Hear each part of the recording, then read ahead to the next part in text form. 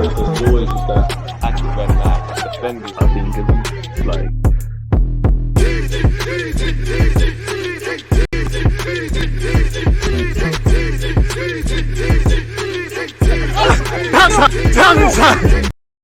People deluded, I'm back again. Thank you very much for tuning back in each and every time, and welcome back to another edition of the DG podcast, the Really and Truly podcast, the Deluded podcast. I appreciate all the support you lot give me. If you're listening to this on YouTube, please make sure you're following, liking, and subscribing. One love to the Spotify and the Apple group. Keep following them, following me on those platforms there as well. Also, again, people, quick note, you know I do this Twitch stuff, so again, 2 p.m, make sure you're following me on Twitch, Deluded Gooner. I'm going to be speaking Arsenal. After that, I believe slightly after that, I'll be playing Football Manager. So yeah, make sure you're following me across all socials, from Twitter to Twitch and everything. Links are in descriptions and things. I hope everyone's doing well and safe. I hope everyone on this Tuesday morning's in good spirits. I hope everyone's attacking aggressively their goals, hopes, dreams, and aspirations for the week. I know I am, and I hope you lot as well. Obviously, it's a great weekend whenever Arsenal win. 2 wins from 2. We're staying up, man. We're that much closer to 40 points. Obviously, we're still in the negative. We've still got more losses than wins, but it's a bit of confidence going into the North London derby at the weekend. And granted, I'm actually more scared of Spurs because they've lost their last 2 games than if they was to have beaten Chelsea at the weekend going into this game. Now, obviously, we'll talk about the cup action. We've got 1-2 cup bits. Arsenal got Wimbledon. I'm sure Man City have Wycombe Wanderers. I'm not sure the other teams will have to type that in, but yeah, man, there's a lot to speak about. When I say a lot, I don't know if there's a lot, but you might as well just let me crack on. Now, over the weekend, people, you know, there's some talking points that I wanted to kind of hone on in. First and foremost, something that's got nothing to do with the Premier League. I'm sure you all saw Lyon versus PSG. Messi didn't have the worst of games, but he hardly set the world alight. He's still looking for that first PSG goal, and he was substituted, and he refused to shake the hand of Pocho. There was some unsavory scenes. Now, obviously, listen, I'll give Messi credit. You know, you're Lionel Messi. You want to make the difference. No one wants to be subs. Emotions are high. Of course, there's a better way to react. Of course, Poch is played a dangerous game because obviously player power, you know, all it takes at PSG is to make Neymar unhappy and you're walking the chopping block. You've got the prima donna in Messi, you've got the spoiled child in Kylian Mbappe, and you've got a bunch of them. Tactics is only so far. And I mean, yeah, Tuchel could have done better at PSG, but is there any coincidence? There's less, you know, there's less ability in the Chelsea team, less prima donnas, and he's able to convey what he wants, and his reputation has been kind of restored in Europe. In fact, he's elevated it more than he's done at PSG because he's won the Champions League. Simple as that. So again, only time will tell, because I think Poch is already walking a tightrope just in terms of results. So that was quite fun to see. Obviously, Mbappe didn't have the best of games, but he crossed it for Icardi and they nicked it 2-1. Harry Kane, we're going to hone in on the Chelsea Spurs game and I'll offer my extended thoughts, but I don't question Kane's commitment, but he looked like he was going through the motions. He didn't look like he had that, and he will have that extra 10% in the North London derby, but he looked like that extra 10%, that Harry Kane, he didn't look like he was there. He looked like he's going through the motions, like he's just playing the game of football, really and truly, as silly as it sounds. It was funny to see Pogba versus that West Ham fan after the game. Pogba just going, rattling Donny and whatnot. So yeah, and obviously for me, VAR has been in top form this weekend. I can't lie. I'm a fullback in Sunday League. I know the modern day fullbacks required to go forward. I know when you speak about centre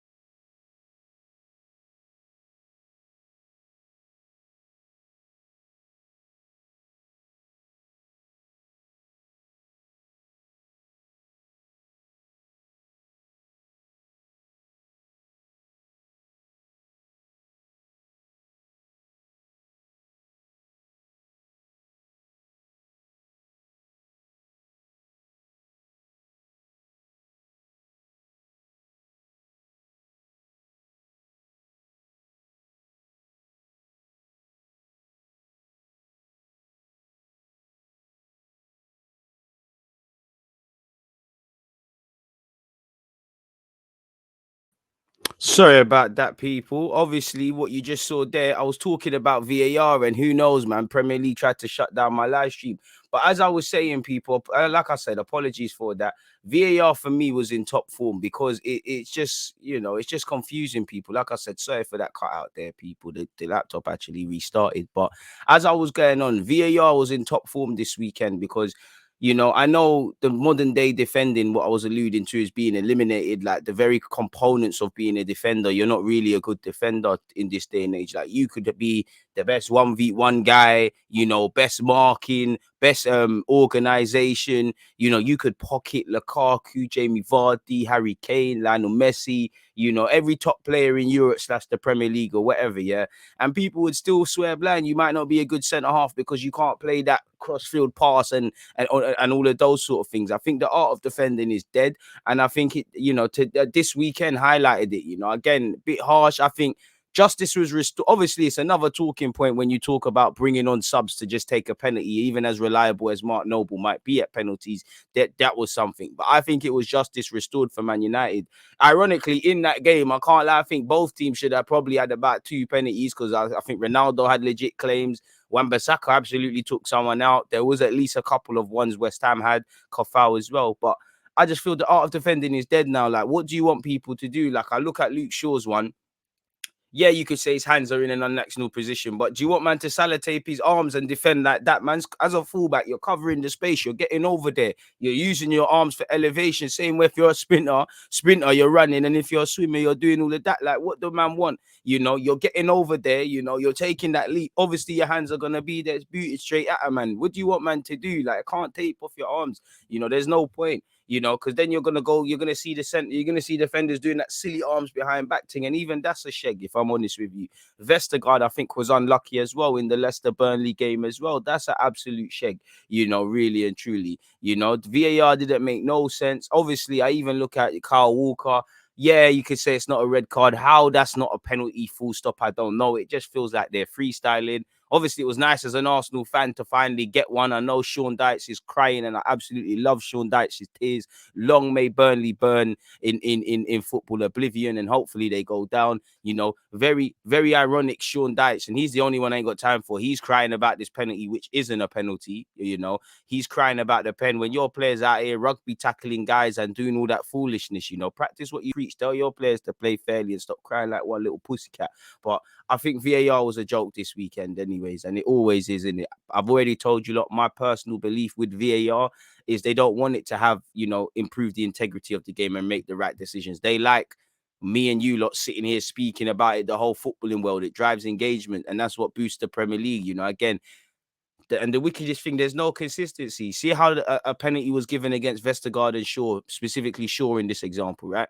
That same thing is going to happen in a different game, and for different reasons. The exact same thing is not going to be a pen. So again, further blurring the lines and things. I'm not really understanding what we're doing and whatnot. So I just wanted to hone in on Messi failing to shake the hand of Pochettino. Do my little rant and rave about VAR. Pogba versus the West Ham fan was quite funny. Kane looks disillusioned with life at Spurs, and I can't lie, you know. Sir Alan Sugar's pissing me off as well, people. I can't lie to you, lot. He's annoying me as well because, again, I don't know. I don't feel comfortable with the tones of his tweet. I mean, these sort of guys always reveal themselves. But when you look at it, RIP Jimmy Greaves for what it's worth. His first tweet was Spurs versus Chelsea today. I'm in Australia. I might stay up until 1:30 to watch it. Might. Apart from the 1 minute applause before the game, I hope the team play not just for Spurs, but for Jimmy. It's a shame that most of the players in the dressing room don't know who he was and what a legend he is. And I mean, fair enough, really. Not a lot enough RIP him and condolences to his family, but not a lot of people are about at them times there. And he said by saying most, I mean the young foreign players. So what does that mean?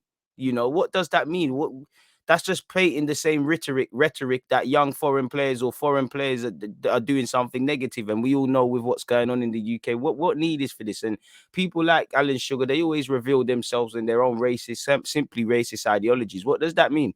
How do you know that they, and I'm not saying anything, do you know that Dane Scarlett, Oliver Skip, Harry Winks, they all know who Jimmy Greaves is? Because what are you going to say if Bourgeois and I don't, and them man know him? It doesn't make sense. What does this mean? You know, absolute. You know, it's just he's not even trying to. You're not even trying to hide it at this point. It's just like my man said here. You know, this tweet is funny, really and truly, because he corrected his own tweet because it just wasn't xenophobic enough. Man doubled down on the racism, man. You know. A man, like you see here, man forgot his racism. Like again, what a twat! Like what a twat, man. And these are the people that are in top positions. These are people that many people look up to, but they'll always find a way of revealing themselves. So quite, you know, quite simply, Alan Sugar, suck your mum through a straw for all of this racist crap, people. I hate all of this, and pardon my language. I know it's not professional of me, but it is what it is. So the less said of that idiot, the better, people. And moving away from all of that, people, we can talk about the Premier League and a couple other bits and pieces. Now, Brighton 2, Leicester City 1, West Ham 1, Manchester United 2, Chelsea 3, Spurs 0, Chelsea 3. Back-to-back London derby defeats for Spurs. Can it be third time lucky on Sunday? I don't know. Wolves 0, Brentford 2, Burnley 0, Arsenal 1, Burnley 0, Liverpool 3, Crystal Palace 0, Manchester City and Southampton 0-0, Norwich 1, Watford 3, Aston Villa 3, Everton 0, people. You know, what a game week this has been, people, if I'm completely honest. Let's start with Ivan Toney now. He got a goal and assist. Unfortunately, he got a goal ruled out. And you know, Brentford handled business against Brentford handled business against Wolves. Went over to their place, collected all 3 points, went home, clean sheet, 3 points.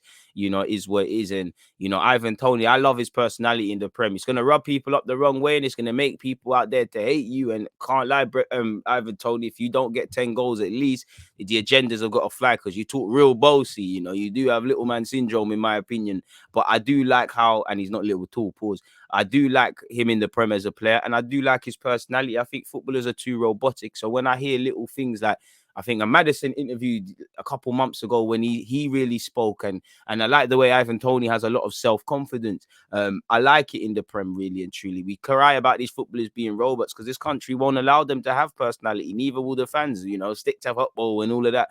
And I think with Ivan Toney, when you look at his career, I'm not going to say no one's believed in him because he made his Northampton debut at a young age, but he went from Northampton, not really getting an opportunity at Newcastle. Probably people thinking he's overrated, he's not worth it. He made the wrong move.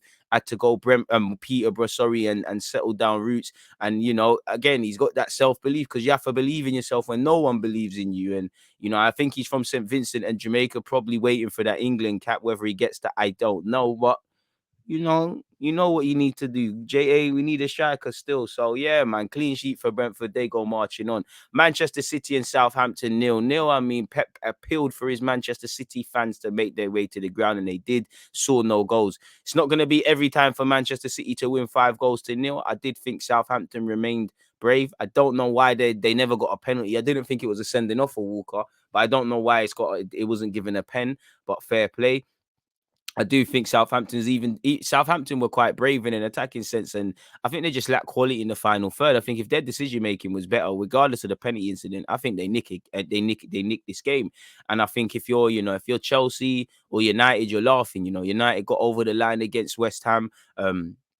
You know, Liverpool as well. Liverpool, United, and Chelsea, they all took full points while City dropped 2. So again, you need City are probably the ones to watch. They are the league champions. You need them to drop points, and I'm sure all their other potential contenders for the league are watching them with fine eyes. Saint Maximin was in top form as Leeds and Newcastle drew 1-1. You know what he must be a local hero down the Tyneside. He looked like a man inspired. Of course, there was times he probably should have passed or slipped people in, but none of his Newcastle teammates are on his level, so he needs to do it himself. Leeds were quite poor in terms of finishing. Firpo's missed a tap in, and to be honest, they missed quite a few easy Leeds chances, if I'm honest with you. West Ham against Manchester United, crazy game, crazy game. Portuguese connection comes clutch again. What a ball from Bruno to find Ronaldo. That was actually one of the constant positives because I did a watch along for it. They were always trying to find each other, and that looks like a good partnership. But it's the same old problems for United. The midfield isn't probably quite good enough. If I'm honest with you, Fred tries, but he's not quite good enough. I think McTominay played better than him, but they're quite limited in that regards. I think, yeah, man, it was quite mad. I think it was a good game of football. I think Obona and Zuma, despite the scoreline, they put their heart into it and they did quite well against Ronaldo. Ronaldo obviously scored, but I must admit it's a bit cringe. Ronaldo actually, he's not going to get praised. I think he did a lot defensively, but it did get a bit cringy. He's throwing himself to the ground, appealing for penalties that are not penalties. Like, what is Ronaldo doing? There's dark arts, and then they're just being a pussycat. He's behaving a bit like a pussycat.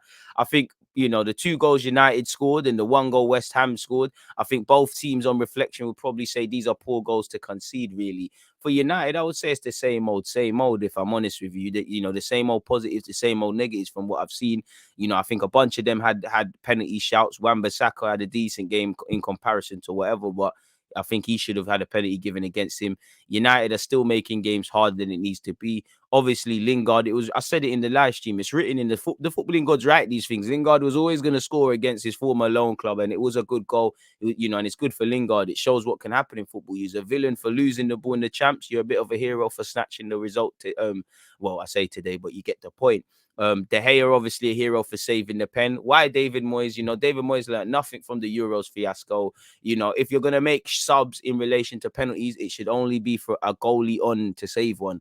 You could see Noble. And again, I beg you, look, I uploaded it onto YouTube and it was on Twitch. I beg you, go and watch my watch along of that. You could see Noble didn't look confident. Unusually, probably the man you want to take a penalty for West Ham. He didn't look confident. He didn't look ready. Again, you probably just got to go with someone on the field. Obviously, if it goes in, he looks like a genius tactical masterclass, but you shagged yourself. And really, West Ham deserved to get something out of the game. They played quite well. Bowen had a decent game. They mucked in. You've probably got more praise for West Ham than you do for United because of the expectation of United in comparison to West Ham. United need to stop doing this, making games harder than it needs to be if they're going to win the league and letting their quality shine. But so far, so good. It's all about winning, innit? And yeah, it was a tough game. I think it was a good game for the neutrals. United won 2-1, people. Chelsea game of the week. Chelsea completely rubbed out Spurs. Now, good, bad, the ugly. For about 20 minutes, I'm sure everybody was watching. First 20 were like, yo, Spurs might do something here. They're pressing Chelsea. Unusually, Chelsea are kept in their own half. They can't get out. Second half, that all crumbled. Kante came on. Jorginho and Kovacic showed levels. The midfield completely just overran Spurs and dominated them. The attacking players turned up to the fore. The defensive players everybody just went up a level in it. Like, for me, Thiago Silva, first 10 minutes, he was looking like he could get hooked. Then he showed, man, yo, I'm Thiago Silva, PSG, Chelsea, AC Milan, Brazil international. You know what I'm about. Champions League winner. Thiago Silva, different class, different quality. Rudiger, different class. My man of the match. Obviously, I think Kante made a big change, but I feel, and obviously it's a bit of bias to us fullbacks, could not cope with Alonso. That second half, Alonso ran doggy laps around Spurs. He ran them ragged, he put in a good corner, and I think he was taking poor corners in the build-up to his assist, but he almost scored one acrobatic finish. I mean, he was on a mad one, really, really and truly. Quiet game I felt from Aspilicueta, I thought Reece James might have started, but yeah, man, it was just different level. I think Christensen was good as well. I think Lukaku probably going to beat up Werner in the dressing room because Werner is beyond in the minutes he played, it's beyond comical, if I'm honest with you. With the chances he's missing, I don't feel Mason Mount's had the best of games against Spurs, and he's had the best of starts to the season as well. But yeah, I think there was even a period the ball spent a lot of time in the air. I think it was a good game for the neutrals. It was less so much quality, more so and fascinating spectacle in the first half. And I think Spurs couldn't cope, man. They're chasing shadows. The substitutes Nuno is making. Kane don't really look on it. It looks like Spurs are trying to play through Son, and Chelsea have clocked that. They're not really too much man that can come off the bench. It's kind of tired. We all know it. We all knew Ndombele was only going to play at our max. Again, it started well, but then in game, I just don't think they had any reaction. Rudiger's even showing man how to score and adding the sucker punch. It was outclassed in that second half, completely outclassed. I don't know what was said with Chelsea at halftime. I think Tuchel probably said some home truths. I don't know what Spurs did because it's like Spurs assumed, all right, cool, it's kind of an even contest, and Chelsea's quality just shined through, man. They just took it up a level they couldn't cope, in my opinion. Obviously, Liverpool won 3-0 against Crystal Palace, and such is the highs and lows of a manager. Big win against Spurs last week for Crystal Palace, got dealt with against Liverpool. No shame. Mo Salah on the score sheet. Naby Keita scored a fantastic peach of a goal. Actually can't remember who got the third. I'm pretty sure it might have been, well, you know what? Naby Keita scored, Salah scored, I'm sure Mane scored, and he's on 100 Liverpool goals now. And I think Salah is up to 99 in the league for Liverpool. Jota, it's not a Liverpool game this season if someone don't miss a tap in. Mane missed a comical finish last week. Jota should have added on the scoreline. You know, again, it's a weird one because I think I've seen Liverpool work harder to win 3-0. I wouldn't say it was quite a 3-0 sort of performance, as Klopp even alluded to as well, but they did what they need to do. Clean sheet, 3-0. Obviously, big save from Alisson early on to deny Zaha as well, which can't be forgotten. Canute played, and I think he looks good, but he does look a bit dopey. Probably why he's not a regular for Liverpool at this moment in time. But he looked like a good player from what I saw. We already spoke about Brighton and Leicester indirectly. Fantastic 3 points for Brighton. A bit of luck on their side because VAR denied Leicester an equaliser. Personally, I don't think Vestergaard, what is he expected to do with his arms for that penalty shout? For what it's worth, it was a lovely goal where Vardy scored it. I think Telemans pulled it in. But you can't discredit Brighton. They did their job, man. They scored their penalty. Pardon me. And former Arsenal man Danny Welbeck obviously scored. And I'm scared Danny Welbeck comes to haunt Arsenal next week, if I'm completely honest with you.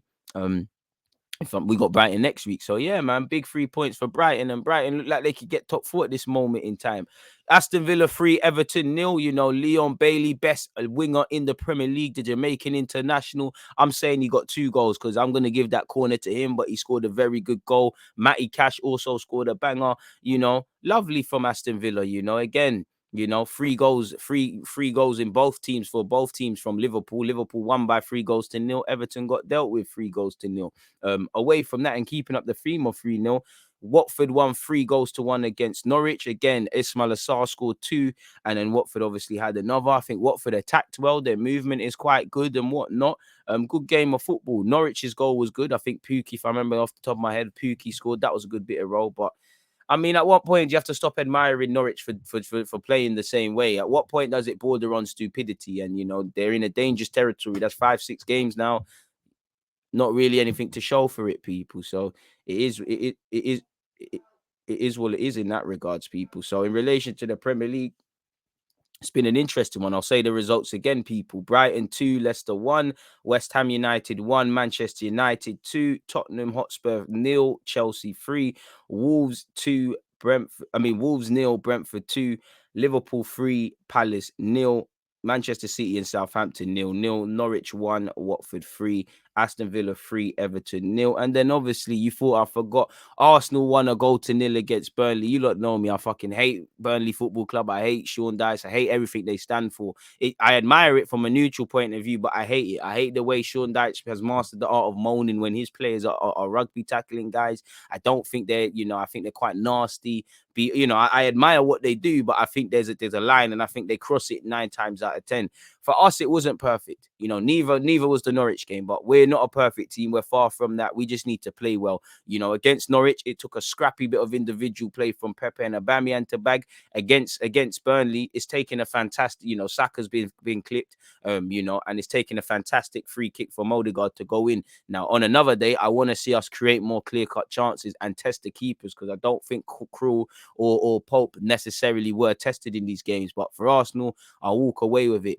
By our standards, you know, I did feel second half we made it a bit open. We gave the ball a bit cheaply away. We panicked a bit. We was a bit sloppy. We was a bit scrappy. But generally, I think we had a better performance than I thought we could. And by Arsenal standards this season, which are on the floor, I think it was probably a perfect game. I think we started well. Big fan of what I saw from Partey and Odegaard in that midfield. As I said, I think Partey looks more assured of himself without Xhaka. He looks like he knows his role. And Odegaard played well. Obviously, Ramsdale did well as well. You know, bailed out his friend Ben White, who's got some question marks over him. Gabriel did well. Tomiyasu did well. You know, there was a lot of good performers, and I think we defended well. We attacked well. We managed the game relatively well in the first half. We didn't let it get away from us in the second. By Arsenal standards, I think it was near enough a quality performance. Now, when I'm looking at it as a team that wants to be in Europe, or a team that wants to be serious, or a team in my image, then it weren't good enough, of course. We made the game harder than it needed to be. You know, we should have put more daylight between the two sides. Obviously, the VAR incident saved us, but 9 times out of 10, somehow that is a penalty, weekend that's dropped points at Arsenal. So we have a long way to go, but it's always nice to win, and it would be better winning going into the North London derby game, in my opinion, than losing. Saying that, as I said at the start, and I'll hone back in on this on Friday's edition of the pod, people. Make sure you're paying attention for that one. I'm more scared of Spurs because they've lost it on top of obvious things, because they've lost their last two games. If I'm completely honest with you, had they won them, I'd be a bit more confident. So it is what it is. Yeah. So yeah, we take our victory. We turf more out the way. We welcome them to the Emirates when the time comes, people. Away from that, though, you've obviously got Carling Cup action, people. I know Arsenal have AFC Wimbledon tomorrow, but if you don't know who's got who, I'll read it out for you guys, people. Today, you've got Manchester City against Wickham. You've got Watford against Stoke. You've got and Manchester City, for what it's worth, Pep said he'll play his young players. So you've got Man City, Wickham, Watford, Stoke, Fulham versus Leeds, Wigan versus Sunderland, Burnley, Rochdale, Norwich, Liverpool, Preston, Cheltenham, Sheffield United, Southampton, Brentford, Oldham, QPR, Everton, Brighton, Swansea, Millwall, Leicester, Wolves, Tottenham, Man United, West Ham. I'm bloody hell. Well, I thought we bloody hell. We just got over that one. I mean, it'll probably be a different lineup for both teams. Probably see Van der Beek in that start, but bloody hell. You've got Aston Villa, Chelsea, Aston Villa, and you've got Arsenal versus AFC Wimbledon as well. You've got Tottenham against Wolves, if I haven't said that. So there's some interesting games midweek, really and truly. Don't get it twisted. There's some decent games on show, if I'm completely honest with you. Away from that, folks, and there's a couple of other things that I've been screenshotting along the week that I've been speaking about. You know, Zaha said he doesn't want to do the knee. Apparently, Marcus Alonso is to stop taking a knee and will point to the badge instead. Okay. He says he will no longer take a knee before matches, as the Chelsea defender believes the anti-racism gesture is losing strength. He's not wrong, but I don't know this is the best way to go about it, really and truly. You know, if I'm completely honest with you, it is a token gesture. It does mean nothing, if I'm completely honest with you. Like everything, you know, really and truly, the message isn't being said, you know, because they're kneeling down, but they're not, the Premier League or whatever, they're not highlighting any incidences. Every week you go on Google or whatever, a player's been abused online, a player's been abused at a ground, you know, there's abuse all the time, really and truly, even down to the Leicester Napoli game and lower leagues. You know, there's actually too much to keep hold of. So it's just token gestures. We're going to always be here for a number of years with token gestures. Unfortunately, racism will never end. It's a fallacy. It's a fallacy that I sold myself a dream as a kid. I thought people of my generation would see that it doesn't matter what skin color you are. But on the other hand, it's ingrained. It's never, ever going to change. We're going against years. So it is what it is. It's probably just a fallacy. But he said, I am fully against racism, and I'm against every type of discrimination. I just prefer to put my finger to the badge where it says no to racism, like they do in some other sports and football in other countries, Alonso said. I prefer to do it this way, and of course to say very clearly that I'm against racism and I respect everybody. He said, maybe I think it's losing a bit of strength the other way, so I just prefer to do it this way and to show I'm fully supportive of fighting against racism. Let's be honest, none of this proves anything. None of this proves a damn thing, really and truly. If I'm completely honest with you. And I'm not saying you have to be it, but you know, he has said in relation to Rudiger, Lukaku, Reece James, Kante, all his teammates that have faced racism, there's been no talk of it in the change rooms. He said, we are in the change room and we are like a family. No, we haven't talked about it yet. I have a good relationship with everyone. I love everyone, and up to now we haven't talked about it. I don't think there is a need to, but of course, if I have to speak to anyone, I will say the same problem I just told you, that I don't think there'll be any problems. There's always a need to speak about racism, but I'm not gonna lie, you know, Alonso, I'm not gonna say you don't face discrimination, but in relation to the obvious type of just simply the black skin, I don't think, you know, I think the only ones that's gonna help us is ourselves. I would love, you know, the comrades to say they're going to walk off the pitch and things like that. But, you know, there's no allies in this thing. If we want to save ourselves, we have to do it ourselves. So I don't think talking to Alonso is going to help anything. And there's going to come a time where these footballers need to do something way more radical rather than this kumbaya stuff. But I don't know when that's going to happen. But either way, you've seen that. Groundbreaking moment, people, as Gerard Gillett will become the first overseas official to referee a Premier League fixture when he takes charge of Watford against Newcastle United on Saturday. Apparently, the Australian was promoted to the FA Select Group 1 at the end of the season, which allows him to officiate Premier League games from the start of this campaign. He spent 9 years as a referee in his native UK before moving in 2019 here. He became an EFL referee as he undertook research at the Liverpool John Moores University. As you lot know, apparently the 34-year-old went viral during his final A-League fixture with his microphone audio publicly broadcast during the Melbourne victory over Brisbane War. Raw fans were able to hear his communications with VAR, etc. So there's that. If you're a Liverpool fan, you know, former Liverpool player Harry Kewell's been sacked by Barnet after 7 winless games in charge, and Thiago Silva is to miss your next 2 games with a calf injury, folks. So, yeah, I think that's actually everything I'm here to speak about with you guys. Really, people, is there anything else in relation to the world of sport that I could pull up for you guys? Let me have a little look, people, for you guys. You know, there's still talk of the, you know, the biannual World Cup campaign. Apparently, there's September talks due. RIP Jimmy Greaves, if I haven't said that already. Derby have gone into administration or are flirting with administration. James Rodriguez is in talks with a Qatari club in a bid to leave Everton. Apparently, Premier League want clubs to back COVID certification checks from October the 1st. For what it's worth, Adam Webster is ruled out of Brighton's next 4 matches with a hamstring knock, and that's going to be interesting for Arsenal. Man United have posted more losses, and their losses have grown due to the financial impact of the COVID pandemic. Within that, they've still been able to sign one of the best players in the world in Cristiano Ronaldo, spend 70 million on Jadon Sancho, and, you know, still even contemplate talks for Paul Pogba. So I'm not saying it's just a United thing, but again, football, what's going on in football? Even Arsenal in a COVID pandemic, we said we're broke. We spent our most money than we have in recent years. So the reality of football clubs and reality of you and I in society are probably 2 different things. Like, everybody's feeling a cup, but I mean, let's be honest, look at what's going on. You know, PSG are backed by a state. They're still able to sign Messi in a pandemic, despite the fact that they say there's financial issues. So the football world and the real world are 2 very different places, people. If I'm completely honest with you, please make sure you're hitting the like button if you're listening to this via YouTube, or, you know, go on YouTube if you're listening to this via Spotify and do the same thing.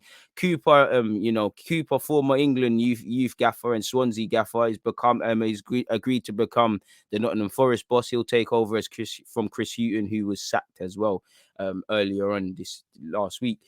In terms of transfer news and stuff, even though we're in September, apparently Juventus and Atletico are reportedly keeping tabs on Bukayo Saka and are expected to make a move for the Arsenal winger this season. Right.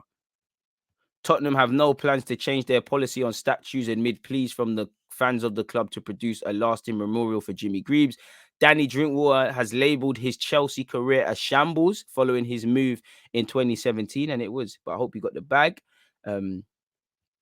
What else have you got? Apparently, Jurgen Klopp is reportedly keen on Chelsea winger Callum Hudson-Odoi ahead of the January transfer window. You know, Barcelona dropped more points last week, and apparently there's pressure on Ronald Koeman's job. There's even talk of Pirlo going to take over as gaffer there. Read into that. What you wish, people. Christensen is ready to sign a new deal with Chelsea after initially being offered a pay cut. And I mean, what's going on with Rudiger's contract at Chelsea? Atletico Madrid rejected the chance to sign Cristiano Ronaldo this summer. Manchester United see Frank Kessié as a potential replacement for Paul Pogba, according to according to reports. Manchester City are preparing for a crunch run-in without several stars, including Gundogan. What else is going on in the footballing world? De Ligt has a special release clause in his contract at Juventus that becomes active in September 2022. So next year is what it is. Jesse Lingard is one of 4 players on Manchester United's list of stars they want to tie down to a new contract this season. Probably should have sold him to West Ham, but really, you know, then you wouldn't have had your winner.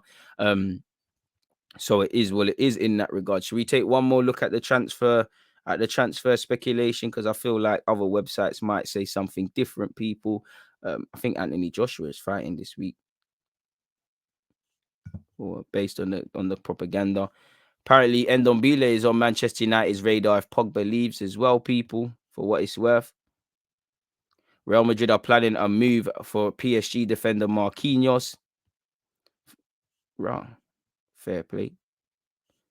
Sevilla and Real Betis are keen on Alexis Sanchez, who Inter Milan want to sell. Roma are interested in the lot. You know, Man United's former gaffer, what's his name, is there as well, Jose Mourinho. So it is what it is. What else is there? There's nothing else, folks. So that brings an end to this podcast. So yeah, I'll be live at 11:30 a.m. No, not sure when you lot will be seeing this, but probably live straight after. Obviously, don't forget 2 p.m. I'm going to be on Twitch to talk Arsenal as well. And obviously tomorrow is AFC Wimbledon versus Arsenal AFC Wimbledon. So there'll be a watch along. And do you know what? All week there's hella content on my Twitch on my Twitch, people. Again, I keep saying this, but I don't want you lot to miss out. Let me go on my Twitch page, because one thing I like about Twitch, you can actually show everybody a damn schedule, people, so you lot can see exactly what is to come and exactly what is to happen. So just before I let you lot get out of it, hit the like button if you haven't subscribed, if you haven't followed on Twitch, if you haven't, make sure you're subscribing via Amazon Prime as well. As you lot can see here, people, or maybe not, Tuesday through to Friday, and there's a couple of other things, again. At 2 p.m., I'm going to be on Twitch. I got my guy Budge here, and we'll be speaking Arsenal. Again, after that, I'm going to be going live Football Manager at 4 p.m. Then tomorrow at 2 p.m., I'm going to be going live and speaking about Arsenal with Coach Gerald Lammy. Thursday, as we start to prepare for the North London derby and things, I'm going to have my friend and journalist of The Athletic, Art De Roche, here, where we'll speak Arsenal again. That's, as you lot can see here, that's actually supposed to be 11, so I'll change that in a second, but that's meant to be 11 o'clock. Obviously, in the evening from 6:30, I've got Spurs influencer and decent mate of mine, Tapping Tobes.